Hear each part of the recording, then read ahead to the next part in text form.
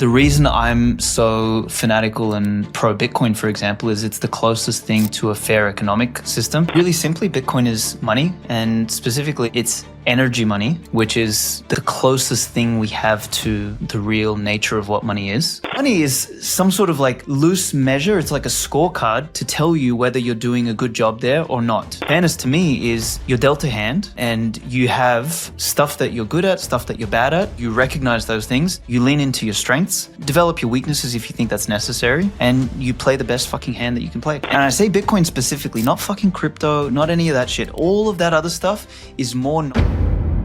Welcome back to Flipping the Lid. You know what we do here by now. I love to have real, raw conversations with some of the most impactful and influential people in this world. Some are disruptors, some are builders, some are visionaries, some are ones that have just walked the walk. But I'm excited today because we have an individual that kind of covers a whole variety of those paths. And yet I would also suggest that he is somebody that's not just a disruptor, but in some cases a contrarian, but through a place of just knowledge, wisdom, and access to allowing people to be who they are and have the freedoms that they want. He's the author of the best-selling UnCommunist Manifesto, the Bushido of Bitcoin, and Bitcoin Times.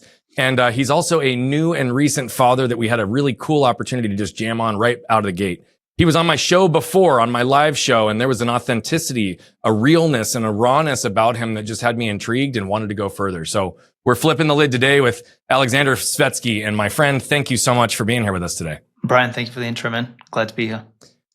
Well, so you were on my other show, so you do know this. The only question I ask every guest on each one of my shows is, outside of however I've introduced you and whatever I've said about you, who are you in your words?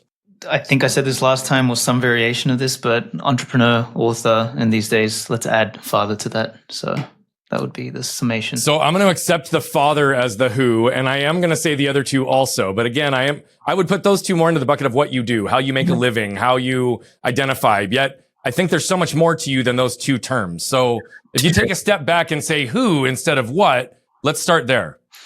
Touche. All right. So yeah, entrepreneur and author are kind of like the labels, right? So I'm maybe what I said last time, actually, shit, my memory's shot to crap because of the lack of sleep these last couple of months.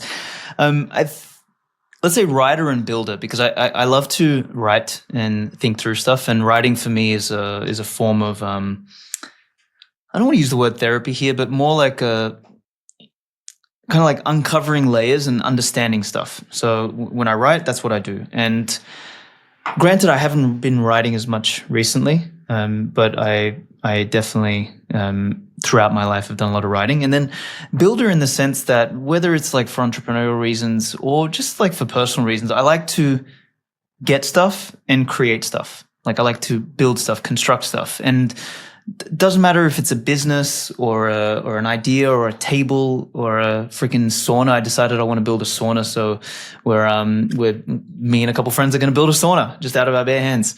I like to build stuff, so that's sort of maybe closer to who I am. Well, I think in the little bit that I've known you, I would definitely suggest that not just those two words, but the way you described them, I think very much encapsulate at least the way I experienced you. And yet, like I said in the first answer, you did give probably the most important element of that role in who you are at this point in your life, which is as a father. Mm-hmm. And so I would love to just understand, because you are a brand new father, 2 months old, if I remember from our conversation earlier. And, you know, we were talking even about the differences in timelines and the different experiences and paths that we can have, right? I'm 40. I've got a 10 and 11-year-old. You're almost 40 and have a 2-month-old, right? And the differences in even what those singular decades can look like. So give us a little bit of a feel into, probably right now, most relevant, what has been the most significant shift in your life, and what has being a father taught you already? Man, I can straight up say the biggest shift right now is let's think of a way to understand this easy. It's kind of like moving from the main character in the game to sort of almost like a supporting character. Even though like I'm still somewhat the main character of my life, it's just there's another entity, there's another person, there's another character here who honestly, it's almost like night and day. Before I was, before the baby came, I was very focused on my own public personality. Obviously that's how I got came across you, and I've been on 500 podcasts and all this sort of stuff. I have been actively canceling podcasts, canceling shows.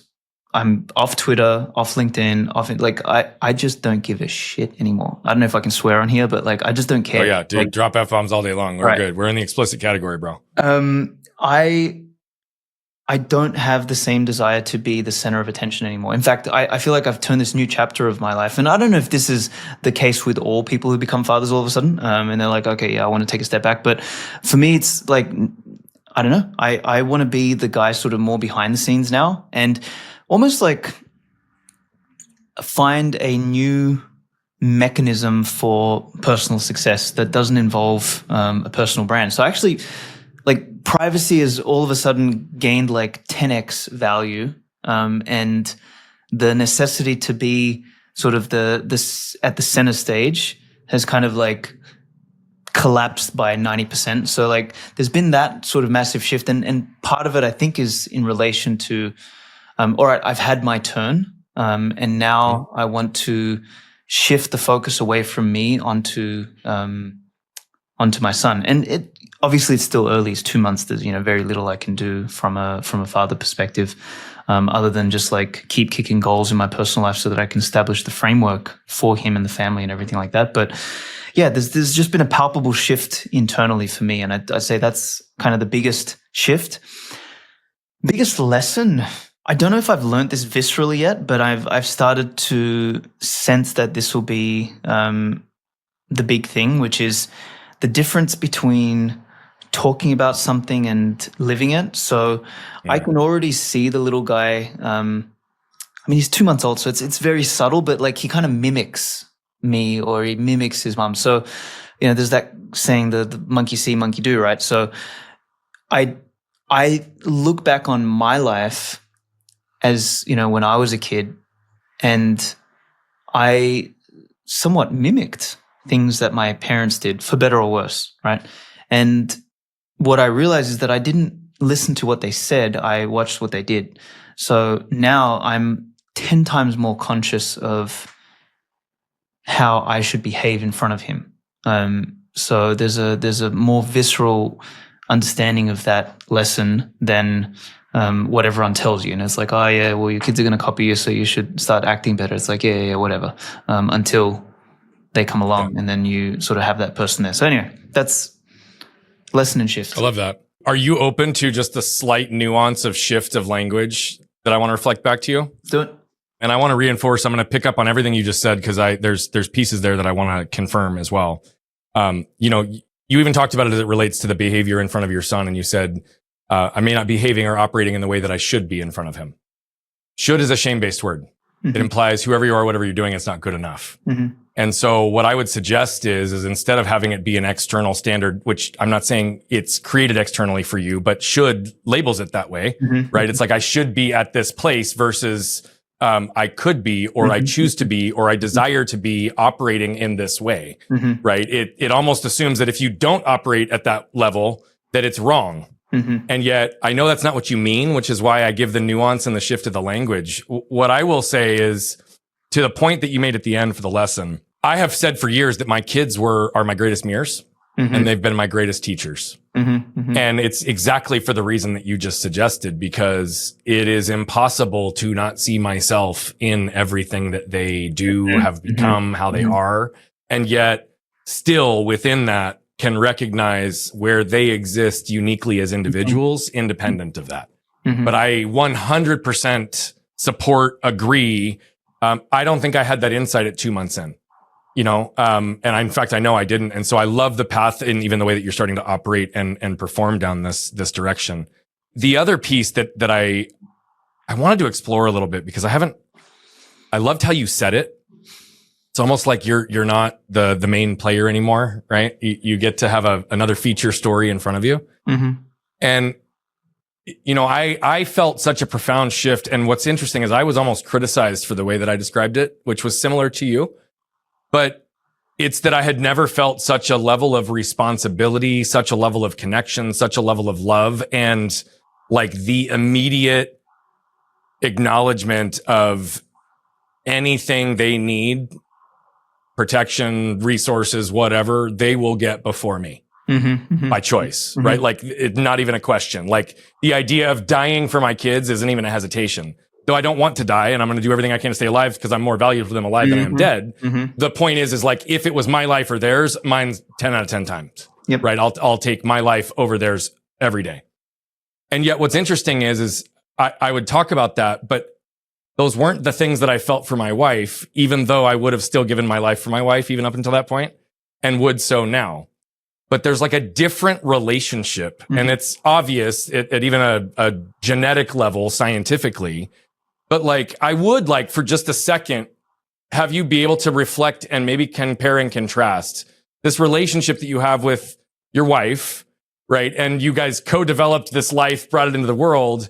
And yet it's only after that child is here that significant shift happens within you with the child. Same thing for me. I'd love to hear, just because I love how you contextualize, process, and communicate things. Talk about like the difference between the relationship with your wife and the relationship with your kid. Very good question. At the risk of being burnt at the stake for saying what I'm going to say here, there is certainly a difference, and I think that has to do with the fact that one is entirely dependent while the other is partially dependent. But I said to my wife as a joke, I said, I feel like I'm really good with babies now. Like, and I didn't know how good I was with babies because, like, I'm really good with a little guy.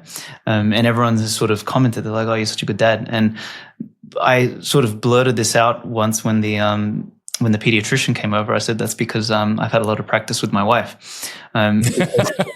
So like, I kind of, my wife is my dependent as well. So I've always kind of like viewed her somewhat as my child, right? Like, she's under my domain.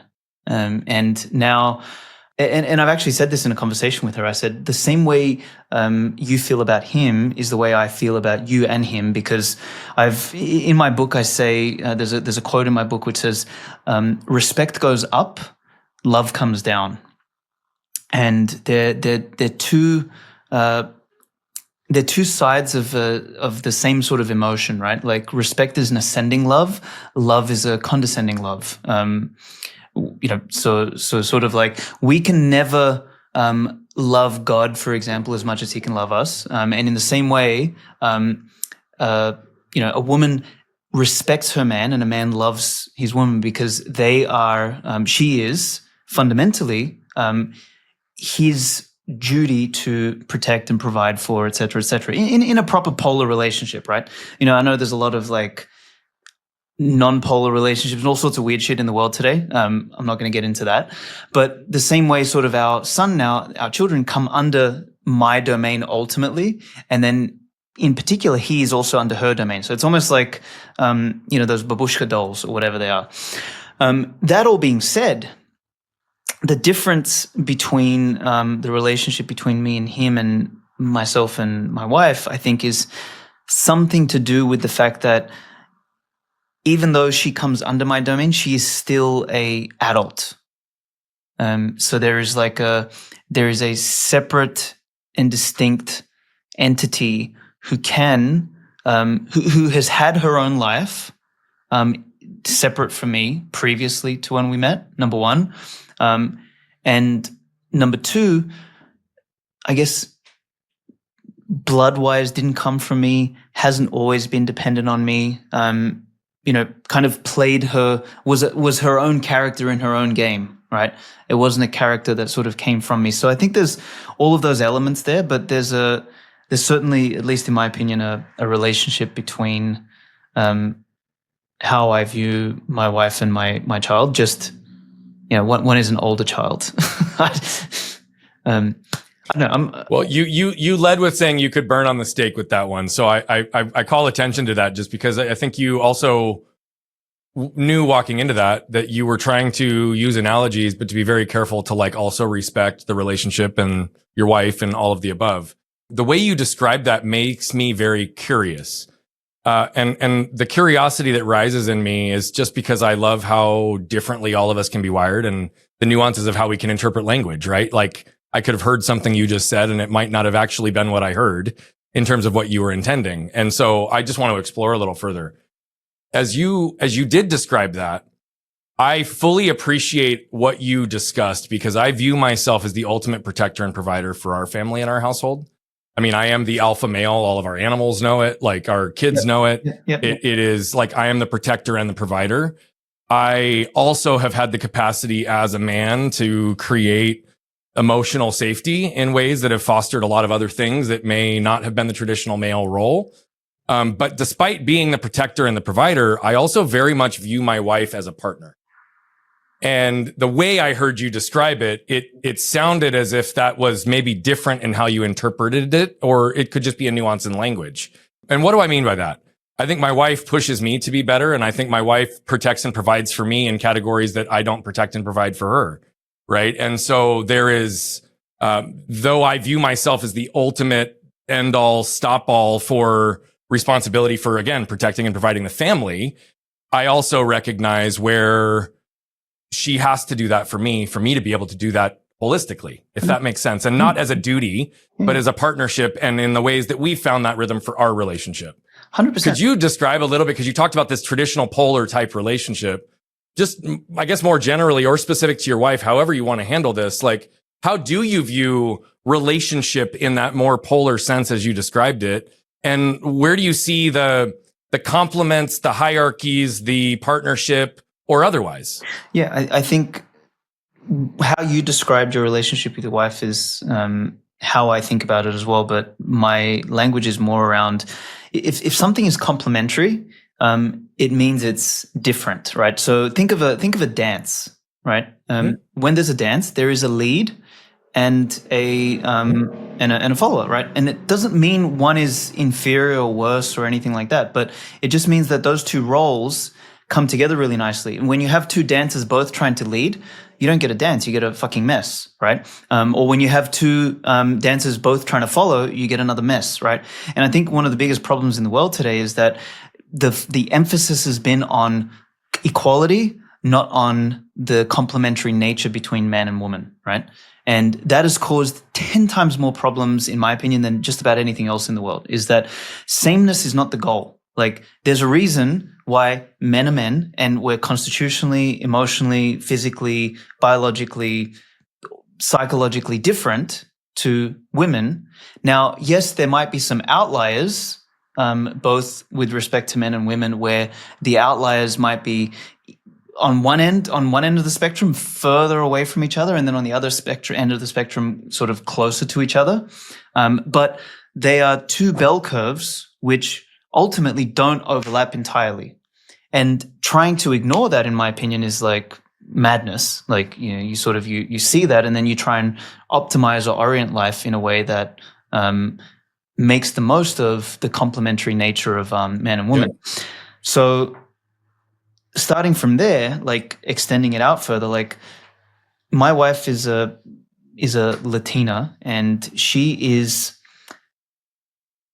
you know, I'm how can I put this? I'm also like the alpha male, all that sort of stuff, but she's the fucking alpha psycho Latina bitch that everyone is scared of. That, you know, if there's like a mild like stepping over the line, she'll cut you. Exactly. She's crazy. And the thing is, like, everyone knows that about her, and they're like, you know, holy shit, Alex, like, congratulations for having tamed that animal.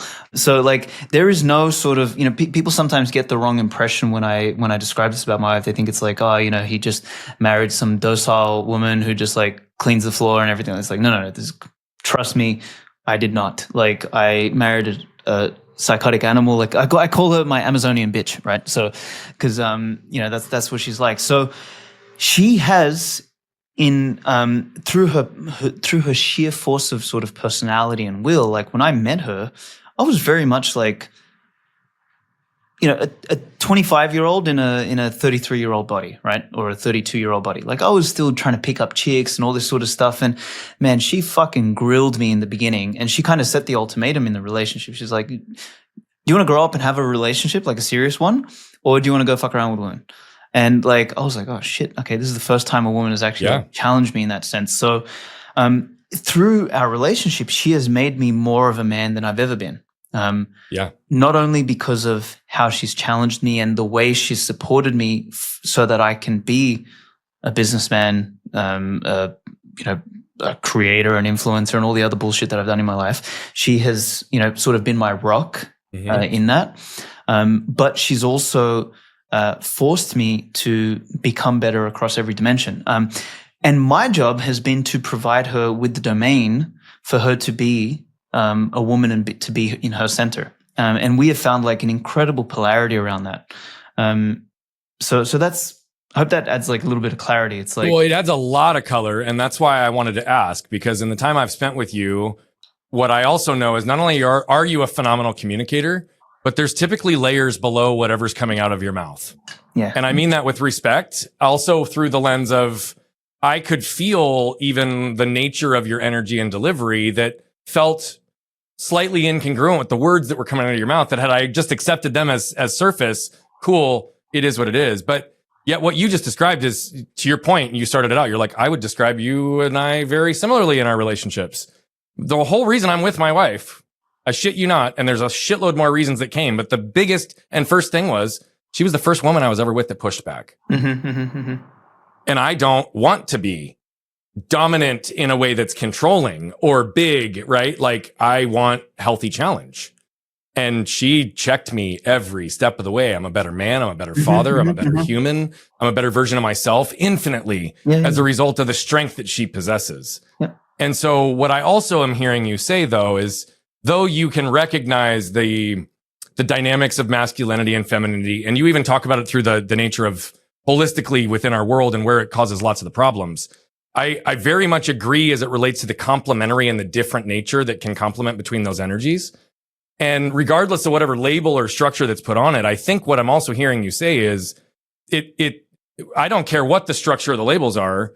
The truth of the matter is any healthy relationship needs to have this complementary nature where there is somebody that's more dominant or in the protector provider role and in some categories or others. And as it relates to my wife and I, whether we follow the traditional household spread of duties or not, comes down to our unique decisions on what we want to create for our own family and household, right? Like, I make an active choice to cook in my house. I make an active choice to try to clean and help pick up in the ways that I can. I know a lot of men that would never do that, right? And yet there's lots of things that I'll completely own. How I'm hearing you describe even your own situation is no different.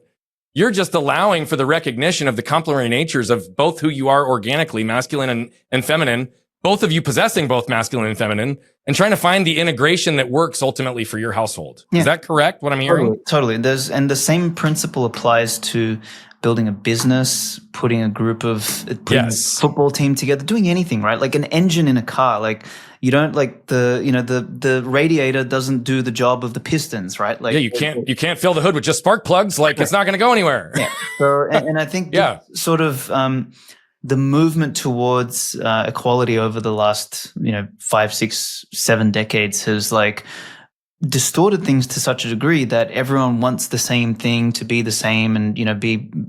I'm reading this fantastic book now by James Clavell, or I should say rereading, called Noble House, which is a fictional book, but it's kind of set in the 1960s Hong Kong, and kind of like what it was like. And there's this character in there. She's one of the protagonists, and she's an American woman who wants to basically be in the business world and be treated like a man. And there's just so many just powerful lessons there about like why she just can't be, because she's different and she has different elements. And by her kind of ignoring some of those, she kind of gets herself into weird situations. Yeah. Where like we all, it's almost like me trying to go and become a basketball player.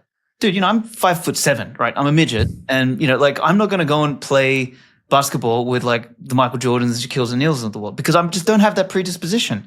And my wife was very good at recognizing this early on. Like, so she studied as a psychologist, and worked for the government, this and that, and like she ended up becoming kind of like a women's coach for like women finding their femininity and all that sort of stuff. And she was very, very good at helping women navigate through that stuff. But she realized herself that like running the business and building a coaching brand and all this sort of stuff like that she was doing out of it, she was like, this is too masculine. So she's like, I don't want to do this shit anymore. She's like, I just want to be like, she said, I'm teaching women one thing, but I'm like living another way. So she like completely scrapped it. And she said, how about I take care of you? I love cooking. I love homemaking. I love like all of the stuff that she wants to do. And I was like, this is fucking fantastic. Because now I don't personally have to go and like manage your business because I found myself doing all the back end for her anyway. And I was like, I don't have the time for that. So we just came to this beautiful like arrangement where she does that and I do that. And I think that's scary for a lot of people because of how we've all been conditioned. And, there's a bunch of sacred cows that people can't slay or may not have the courage to slay. But I think they are, there's a reason why you have day and night, yin and yang, man and woman, hot and cold. I always say everything in life is about contrast. 100%. Everything in life is contrast, and that's what creates the depth. Contrast, or the word that I often use is polarity, but same sort of thing. And it's the same. It's the same concept. And you cannot have life without some level of polarity, because you cannot have 100%. Charge. And when you diminish the polarity, when you diminish the contrast, you bring it into the middle, and then everything becomes the same. You lose attraction, you lose charge, you lose everything. And that's why I would actually argue that that's a big part of the whole fertility crisis in the modern world, is that people, the attraction's gone. Like, men have become closer to women, women have become closer to men, and that charge, the polarity is gone. And then I think that personally has an effect on hormones, on testosterone, and everything else. There's like a whole cascading effect which happens after that.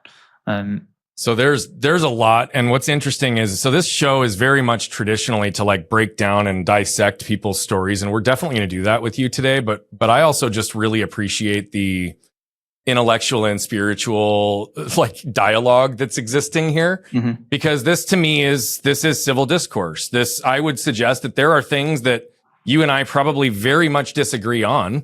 Yet I would also suggest there's a lot that we actually have in common in the way that we view things, right? And in this nuance. And so if it's okay with you, I want to tell your story. We're going to feature obviously what you do, but I also just really enjoy like discussion and evaluation, particularly when I can tell that there's thought, intent, depth, dialogue, and willingness to explore. So are you cool with that? And we just see where this goes for the rest of it? Cool. All right. And if we want to do even more on your personal story and featuring and things, and depending on timing, shit, we may do another episode, because I just really like I call it intellectual jujitsu. It's fun for me when I'm like, oh, cool. I love to watch how you're dissecting this whole concept. So with that said, I have a very pointed and specific question. There's not a bias here. It's actually just pure clarity for me and your stance in the way that you define this. How would you define equality versus equal opportunity? And where do you see those existing in this dynamic of challenge that you outlined? If you asked me that 5 years ago, I would have given you the usual equality of outcome is dumb, equality of opportunity is better. But now I'm of the opinion that both of them are a scam. So I believe in fairness, and fairness is sort of the opposite of equality, right? If you want equality, you have to make things unfair. But if you want fairness, you'll get inequality all of the time. So, usually people like, Jordan Peterson's a big proponent here. He'll talk about equality of opportunity and all that sort of stuff. And I think it's a misframing of what he's really trying to say. I think what he's really trying to say is fairness, because you cannot get equality of opportunity. The only way to get equality of opportunity is to basically nuke the entire planet so that everybody has the same resources and the same amount of whatever when they're born. And furthermore, you need to go all 1984. You need to go all Brave New World on everyone, put everyone in a fucking test tube, and we're born out of test tubes. So we have the same genetics, the same predispositions, the same IQ, the same EQ, the same everything. And then sure, maybe we have equality of opportunity. And even then we probably won't have equality of opportunity, because then, you have day and night, you have seasons and all this other shit. So maybe we turn the world flat and we all get the same amount of sun, the same amount of daylight, the same amount of fucking everything, and then we have equality of opportunity. So in my mind, it's like a fantasy. It lives in the world of like unicorns and leprechauns and shit like that. So it doesn't work. Equality of outcome, absolute the dumbest shit on the planet. Like I just don't think that, anyone who's a serious adult doesn't believe in that. So then you kind of, what are you left with, which is fairness. And fairness to me is you're dealt a hand, and you have stuff that you're good at, stuff that you're bad at. You recognize those things. You lean into your strengths, develop your weaknesses if you think that's necessary, and you play the best fucking hand that you can play. And that's sort of like, and the outcome of that in a fair system is you either win and you get a reward, or you lose and you learn a lesson. And then you iterate, you adapt, and you try again. And I think that's right there is like the meaning of life, or the process. And by the way, I again, happy I asked. I actually fundamentally agree with everything you just said. In fact, that's often how I will talk about it. Even using the same example, dude, I was run over by a truck. My left arm was torn off. Am I going to be a professional basketball player? No, probably not. Right? Like, can I outperform in many of the areas that I am absolutely capable of performing? I am. I do believe that it's a fairness thing, it's a justice thing, and it's a respect thing. Right? And you said a very critical piece there that I think is probably where a lot of the resistance and noise has come from through it. You said in a fair system. But inherently, I think there's a lot of suggestion that the systems that run a lot of the large economies, the big established nations, may not inherently be fair. And so I'm only asking because, again, I'm not trying to layer an opinion. I'm just simply challenging and asking. I agree with everything you said, assuming the fair system. The question becomes, how do we create the fair system? And what are the checks and balances or accountability to ensure that the system either can right size to become fair or can maintain fairness in perpetuity? I think that is, had anyone had the answer to that, the world would be a better place. I just don't. I think it's a North Star at best. I don't think it's an achievable outcome. I don't think we'll ever have a fair system. The reason I'm so fanatical and pro Bitcoin, for example, is it's the closest thing to a fair economic system, and an economic system sort of is the substrate of any society, right? Like you sort of, economics is human action, and human action is kind of the distribution of value and energy within a society, and a society is a collection of human beings doing stuff, right? So if you can get that piece right, you get a lot of positive knock-on effects. And I say Bitcoin specifically, not fucking crypto, not any of that shit. All of that other stuff is more nonsense. It's more stacking the cards in your own favor so that you can rip off somebody else, right? The whole problem with the modern economic system, for example, is that you and I have to trade, we have to create value, and we have to trade our time, energy, and resources to earn value back. And that value is measured in a form of money that some other asshole can just print out of thin air, right? So you create distortions in the system, and those distortions have all sorts of knock-on effects. Like I talk about it in the Bushido of Bitcoin, like as a 4-layer game. You get players at the top who get to print money out of thin air effectively. You then get the really competent and capable, but with low character. What they do is they orient their game not to create value or to produce anything. They orient their game so that they can be as close to the monetary spigot as possible. So they basically become first beneficiaries of the people who have the finger on the button. Who are printing the money. Correct. Then you have a third layer, which is effectively where the middle and upper middle class is the guys who actually do all the fucking work, but will have also high character and refuse to become just pure beneficiaries of, like, you know, leeching and parasitism. They carry everything. And then you have the fourth layer of people, which is the ones who just checked out. They're like, fuck it, it's too hard. I'm either going to become a bum or lazy or whatever, right? So you get this like really weird 4-layer distribution of civilization when you have a mechanism for one group of people to extract wealth from everybody else. If you break that first class, what you do is you make the group number 2 unable to do that. Therefore, those highly competent people who may have lacked character but now don't have a mechanism to just extract because they don't have their buddy with the finger on the button, they actually become useful to society. Then you get a larger second class, because class number 3 now becomes class number 2. Becomes class, And then the low one, the one that gives up because everything is too hard, hopefully also diminishes in size because now they have a real chance of actually creating value and retaining that value. And in my opinion, the only thing that exists on the planet today, economically speaking, that is a fair distribution It's totally not equal, but it's a fair distribution and a fair set of rules. Like Bitcoin, if you can think of it like a digital constitution, it's the only thing.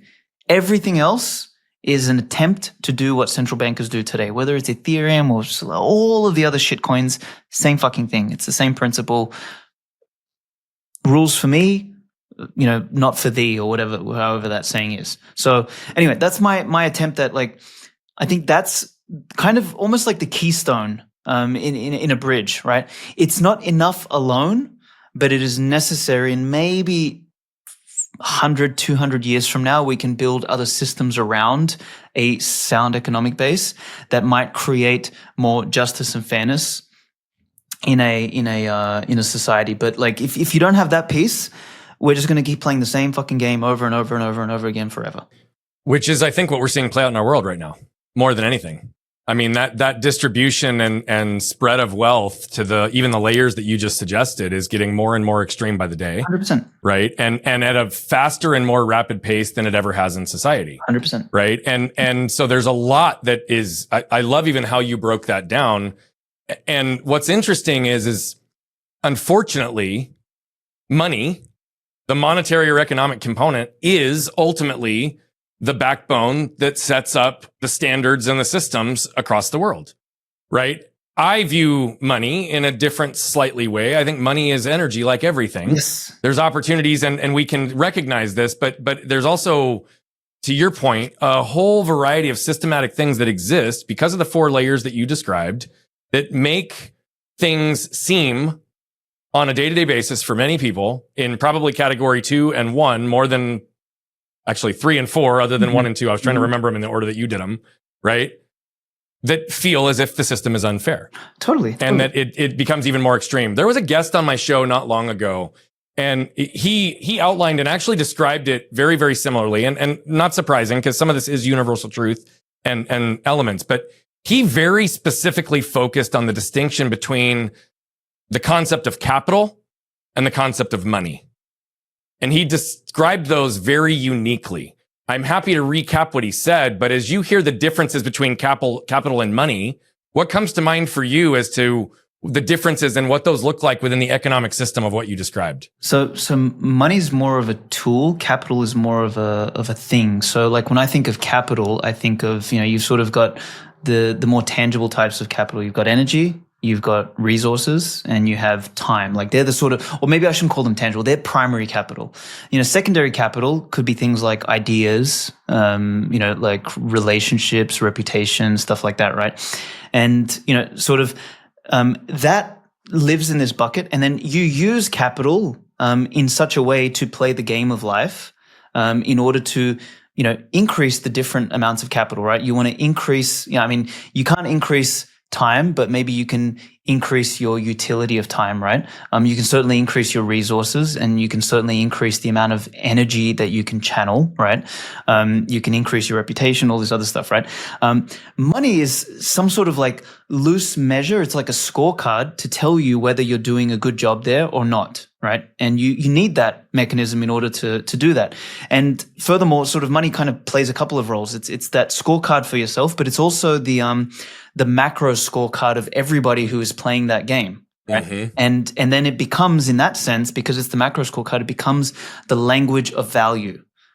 And that is the universal language. You can't people can't cooperate without some sort of intermediary. And that's where money is like the most powerful tool, and it's necessary in any civilization, any society. So if we are operating with a broken scorecard or broken language of value, everything else starts to distort. And then when everything else starts to distort, you get what you just mentioned before, which is, in normal sort of, in the normal universe, you have an 80-20 Pareto sort of distribution on everything, right?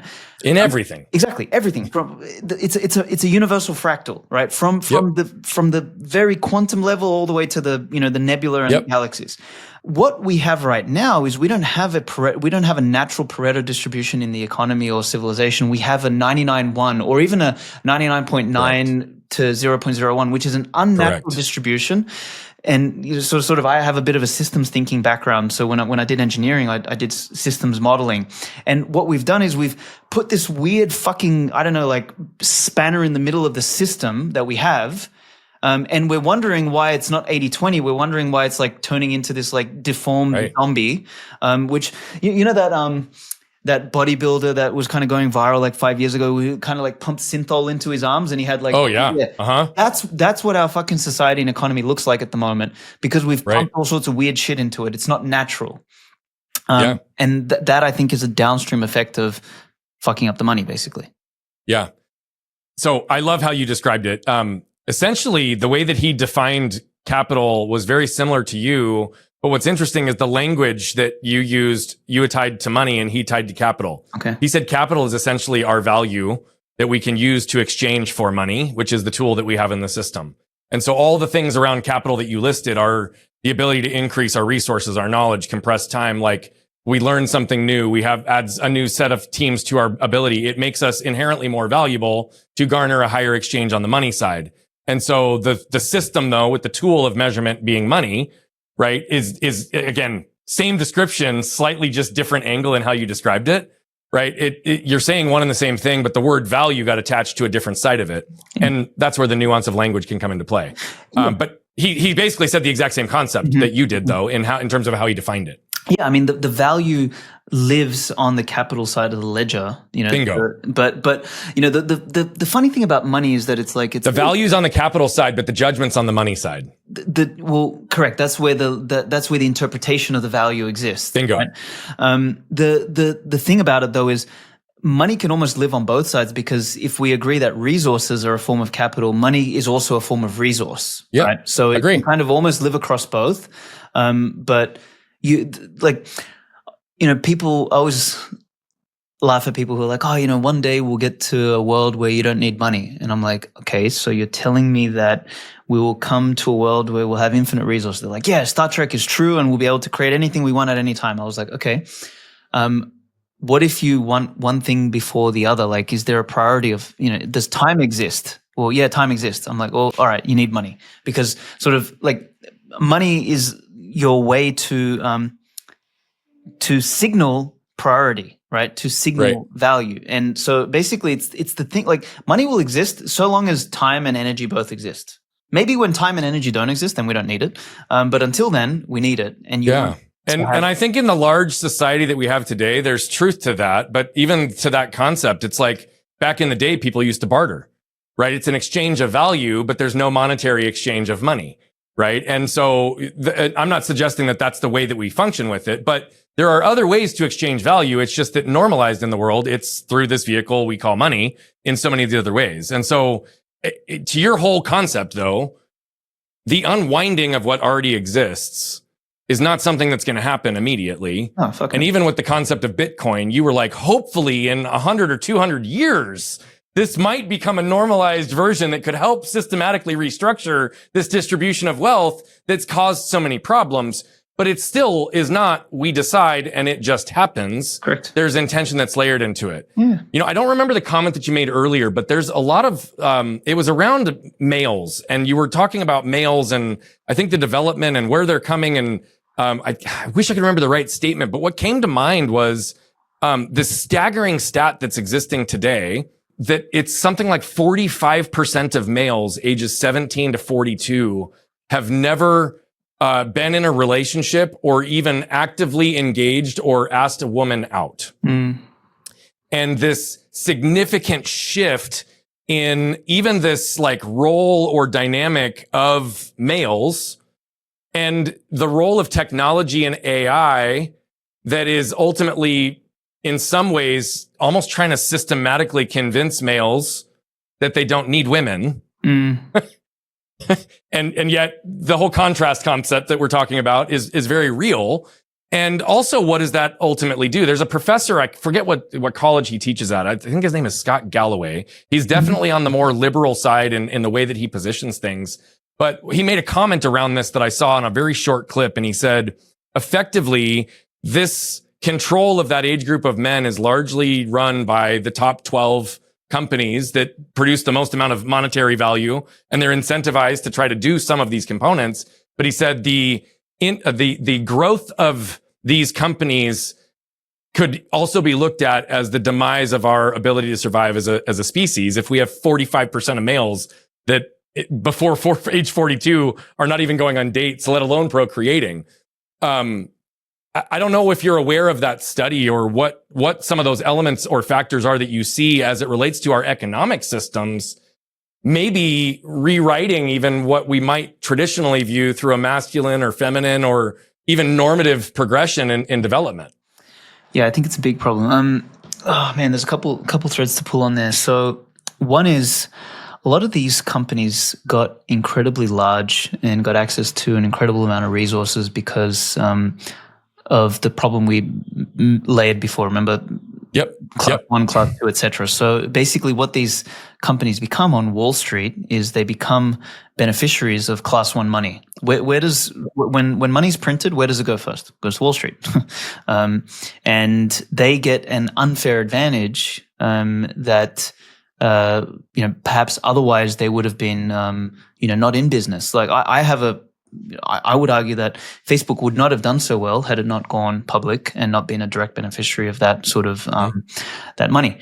Notwithstanding that, I think there's a bunch of false economics at play, which sort of a result, obviously, of this kind of the existence of a monetary spigot and all this kind of thing.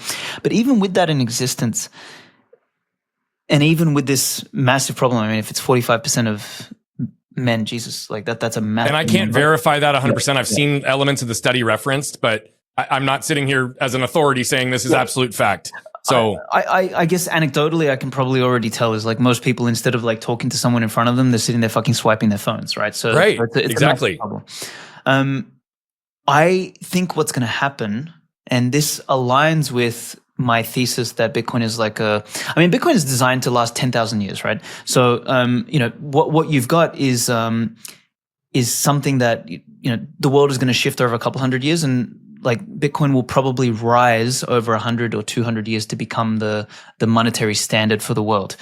Along that timeline, though, there's a concept called the interregnum. Interregnum means time between kings, right? So the current king is this kind of fake fiat money contraption, which is fundamentally everything is a proxy of the US dollar. And then the new king will be this energy money, which is effectively what Bitcoin is.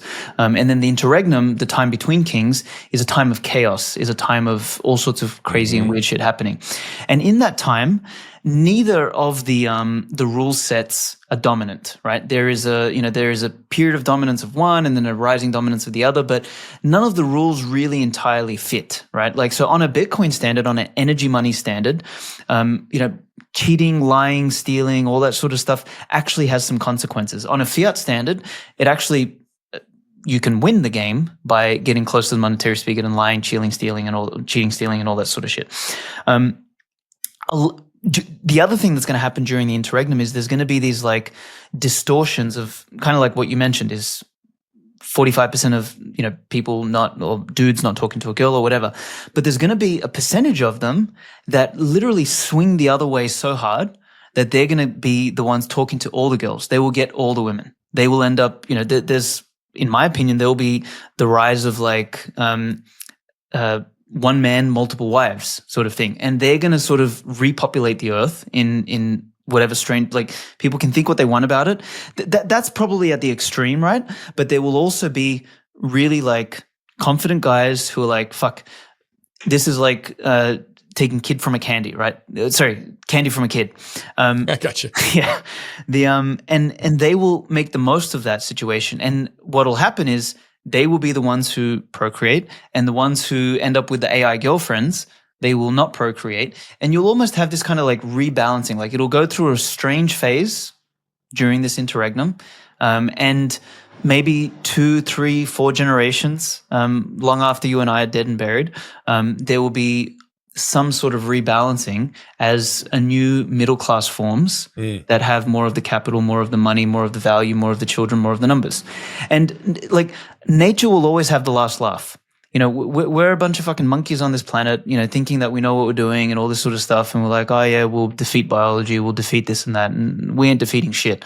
In the end, like when we distort things, we as a human species are the ultimate beneficiary and also the ultimate debtor, of the, like, Bingo. we pay the fucking piper either way.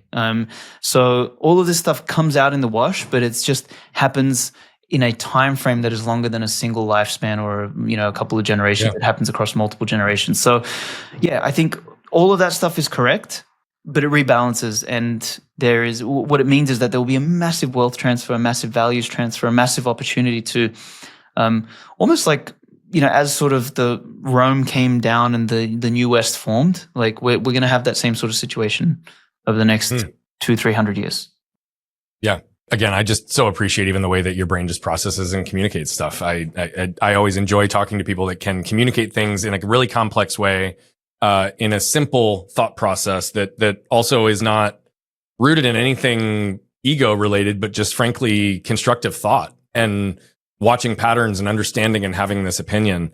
I so appreciate that. I would have told you, and I never would have claimed that I am a expert by any means, but I would have told you that I had a decent understanding of Bitcoin, of crypto, of some of these other things that you said Bitcoin is not. And the more I hear you talk, the more I start to believe I know nothing about Bitcoin in particular. Now, I say that with no ego attached to it either. It's not an area that I've invested a lot of my time, energy, resources, or focus to learn or develop, but you clearly communicate about it in a way that's unique. You clearly were a leader in that space in the development. You've been doing this now for close to a decade, and long before it was just a buzzword, right? So give us a little bit of how you would describe Bitcoin, and maybe in the times that you've been involved with it or the tertiary industries or elements of it in your world, where have you seen Bitcoin develop, and where do you think it's going? Good question. I appreciate that as the comments as well.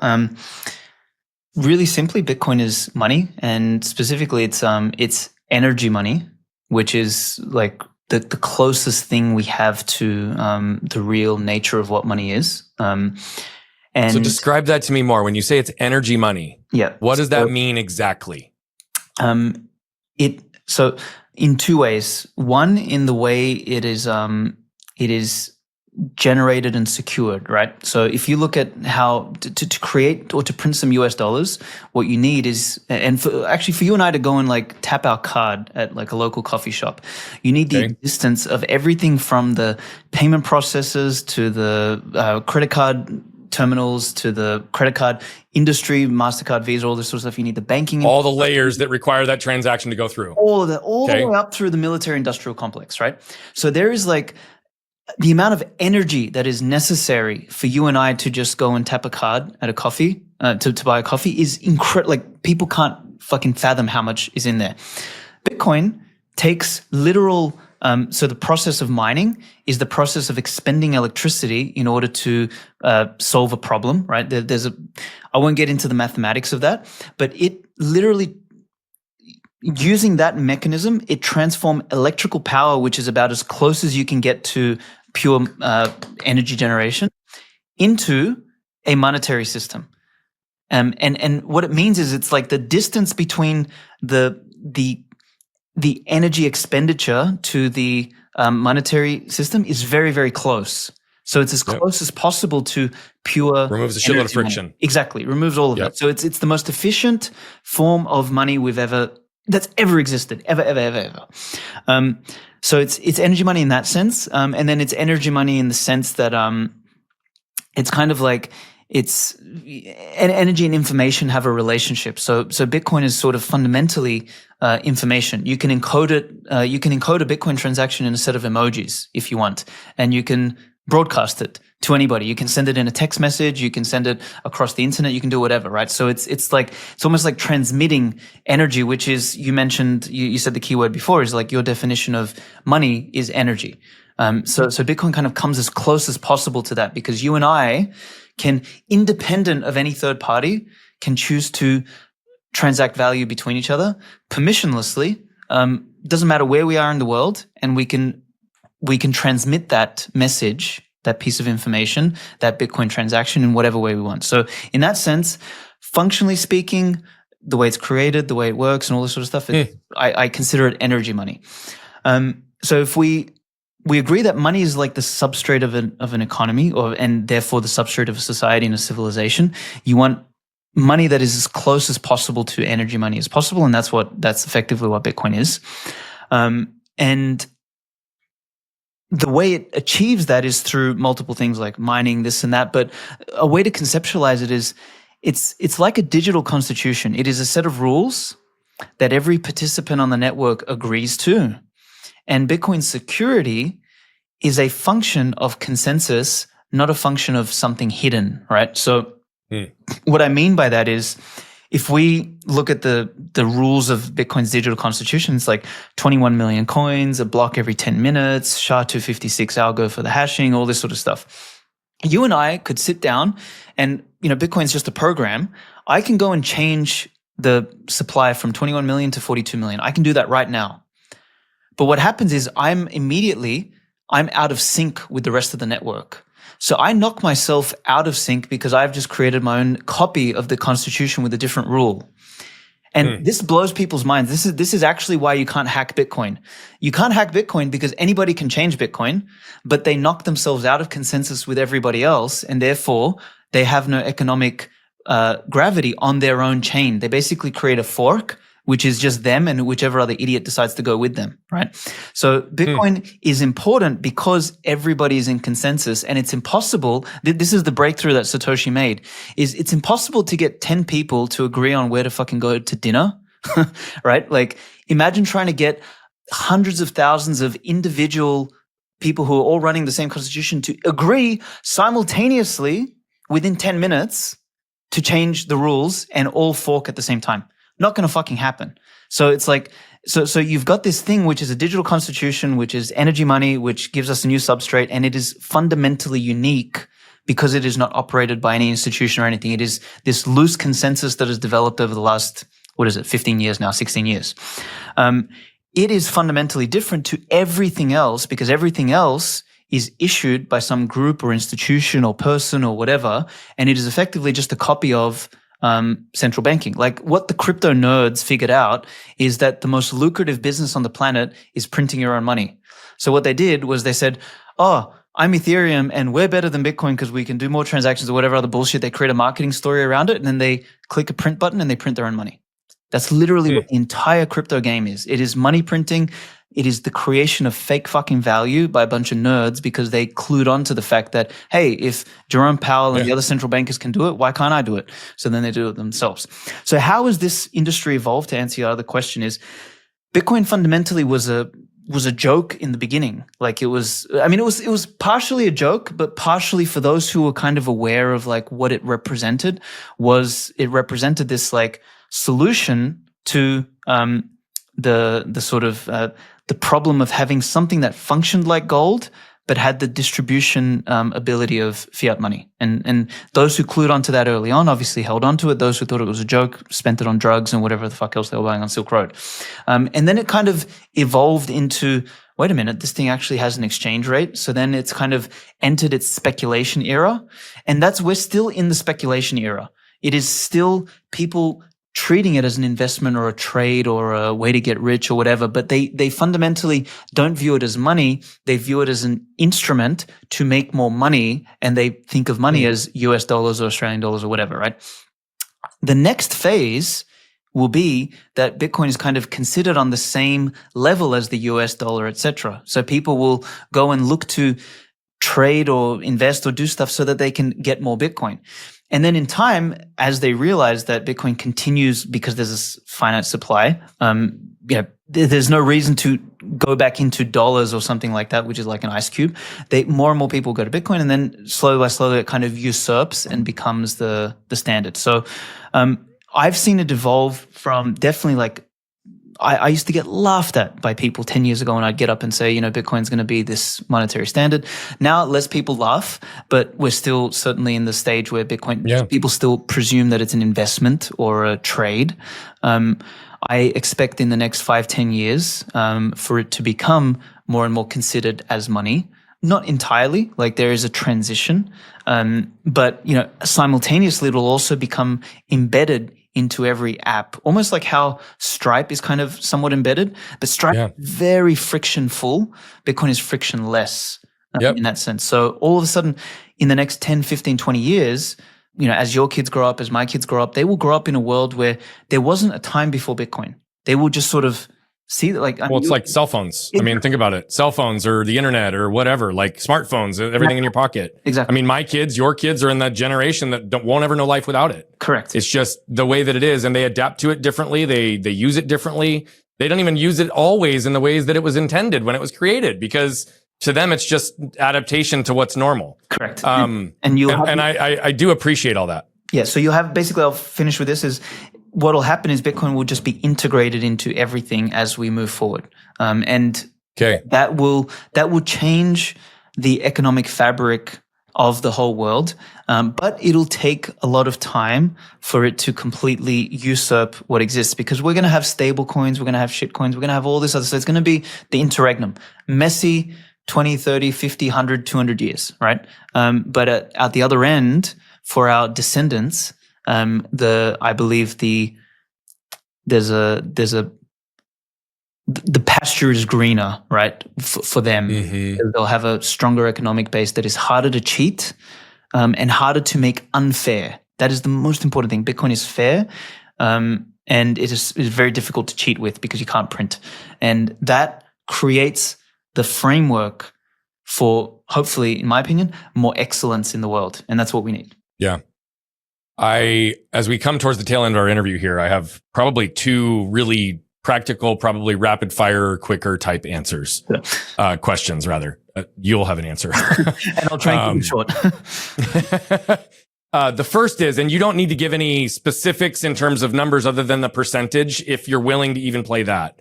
But if you look at your own current wealth across traditional money versus Bitcoin, what is the percentage split in your current portfolio? 100. Like there's, like 99 basically. You're 100% Bitcoin? Yeah. I don't own anything else. I'm not interested in anything else. Okay. I love that. I mean, that's like fucking commitment to everything you teach as well. If that's truly how you integrate and live, which I love and respect. Yeah. I've set up my life in such a way, and I'll quickly say this, is that I have a whole network of, whether it's my butcher or the local farmer or whatever, I've set up my life in such a way that I can just pay them in Bitcoin directly. I don't need a bank. I don't need shit. Like I just operate completely off grid. Okay. So this is going to be the second part to this question will be much more extensive. So I'm not going to probably ask the second part, but the first part is, you said there's multiple ways you can acquire it. You can mine it. You can, right? Like have an exchange. You can embed it in different ways. Like, let's say somebody today doesn't have anything in Bitcoin, no idea how to get started. Yes, you've got books. Yes, all those links are going to be in the references for this. They can go much deeper, I'm sure. But if you were to just overly simplify for somebody who doesn't have anything today, how would you go about mining your first Bitcoin piece of Bitcoin, and what would be the best way to get started? How would you answer that? Yeah, I wouldn't mine it if you are first starting. I would just go and set up an exchange account. Like if you're in the States, like there's an app called River Financial. They're the best in my opinion. You just like download it, link your bank account, buy some Bitcoin. Simple as that. If you wanted to mine, that's going to take a lot more sort of like technical skill. You could mine yourself. You'd need to buy the miner. You'd need to set it up and all that sort of stuff. There is hosted mining options. So you could also go to someone who is a professional, and then you buy a miner off their rack, and they just give you a sort of a display on like a login. It almost looks like a bank account. You can see how much your miner is generating, but they host and manage. They do everything, and that's sort of for 99% of people better. So break down the basics for just 1 second, if you can. And if you can't because of time, I get that. But like when you say miner, go and mine, it's more technical, right? I've seen that as like complex code, solving different problems. Like what specifically, right? Like what would be the way that you would mine it, right? Technical or not? Like, is it programming? Is it where would someone go to even do that? Yeah. So there is, so the process of mining it's a really weird name. It's really what it is. It's validation. Validation requires a computer. You could do that validation on your smartphone. The problem is it'll probably take you 1,000 years to mine a block, right? So what you want is a high-powered computer, which are called miners, and they have what's called a ASIC, an application-specific integrated circuit. So the entire computer is like one circuit that does one job, which is crunch numbers. So that it can find the magic number and have a chance of winning the thing. Now, to increase the probability, you buy more miners, right? So this is where people come together and they do mining pools. So you kind of need two pieces. You need the computer that does the actual work, that does the number crunching, and then you need some sort of program that you can interface with. So you can run that program yourself on your own computer, and then you can plug your own computer into the miner, and then you can do that yourself at home.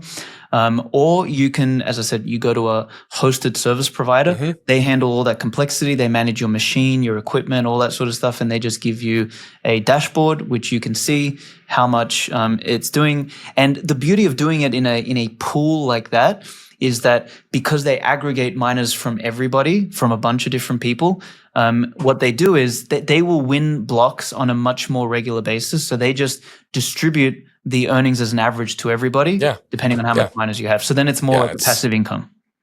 Yeah, I mean, literally like everybody wins type of a concept. Correct. And so the more the merrier kind of a deal. Yeah. So you can buy, you can mine, or the third way, and this is the way I recommend to everyone, is you can earn.